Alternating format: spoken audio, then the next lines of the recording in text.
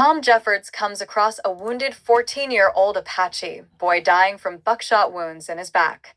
The boy first tries to attack him, not believing it possible that a white man would want to help him, but Jeffords gives the boy water and treats his wounds, staying with him until he heals.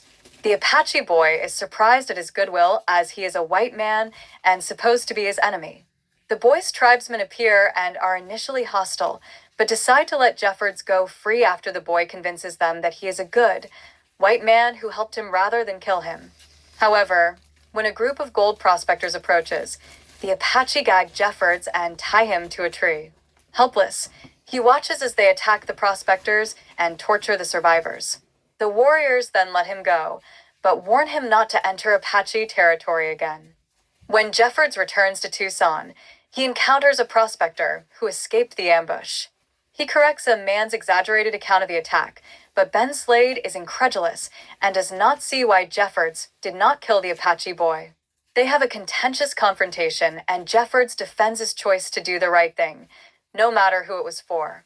Jeffords turns down the Army's request to scout Apache territory for them and instead learns the Apache language and customs from an Apache guide who lives amongst the townspeople.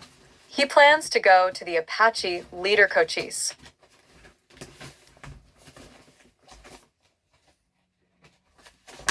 As stronghold on behalf of his friend, Milt, who is in charge of the mail service in Tucson. The mail has not been getting through because of Apache raids, and Jeffords thinks this would be a good place to begin a peace treaty. He enters the Apache stronghold and begins a parley with Cochise, who agrees to let the mail couriers through after they realize their underlying morality is similar, and Cochise is impressed by Jeffords' efforts to learn his language and his bravery for coming to him. Jeffords meets a young Apache woman, Sansire, and they fall in love at first sight. Despite Cochise agreeing to allow the mail to pass through, Apaches attack an army wagon train and kill the survivors, which was not part of their agreement. The townsfolk try to lynch Jeffords as a traitor for working with their enemies before he is saved by General Oliver Otis Howard, who recruits him to negotiate a wider peace treaty with Cochise. Howard, the Christian general, condemns racism, saying that the Bible says nothing about pigmentation of the skin. They make a peace treaty with Cochise, but a group led by Geronimo oppose the treaty and leave the stronghold. When these renegades ambush a stagecoach, Jeffords rides off to seek help from Cochise, and the stagecoach is saved with the Apache's help. Jeffords and Sansire marry in an Apache ceremony and have several days of tranquility. Ben Slade's son comes to them, telling a story to Jeffords and Cochise about 2 of his horses stolen by Cochise's people. Cochise says that his people did not take them and doubts his story, as he knows the boy's father is an Apache hater. They nonetheless decide to go along with the boy up the canyon and are ambushed by the boy's father and a gang of men from Tucson. Jeffords is shot and badly wounded, and Sansire is shot and killed, but Cochise kills most of the men, including Ben Slade.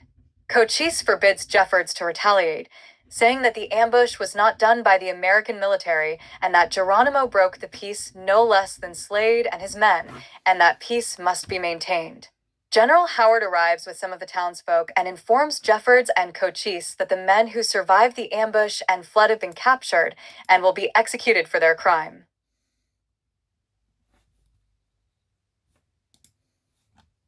The townsfolk offer their condolences and apologize. Jeffords rides off with the belief that the death of Sansire had put a seal upon the peace, and from that day on, wherever I went, in the cities, among the Apaches, and in the mountains, I always remembered my wife was with me.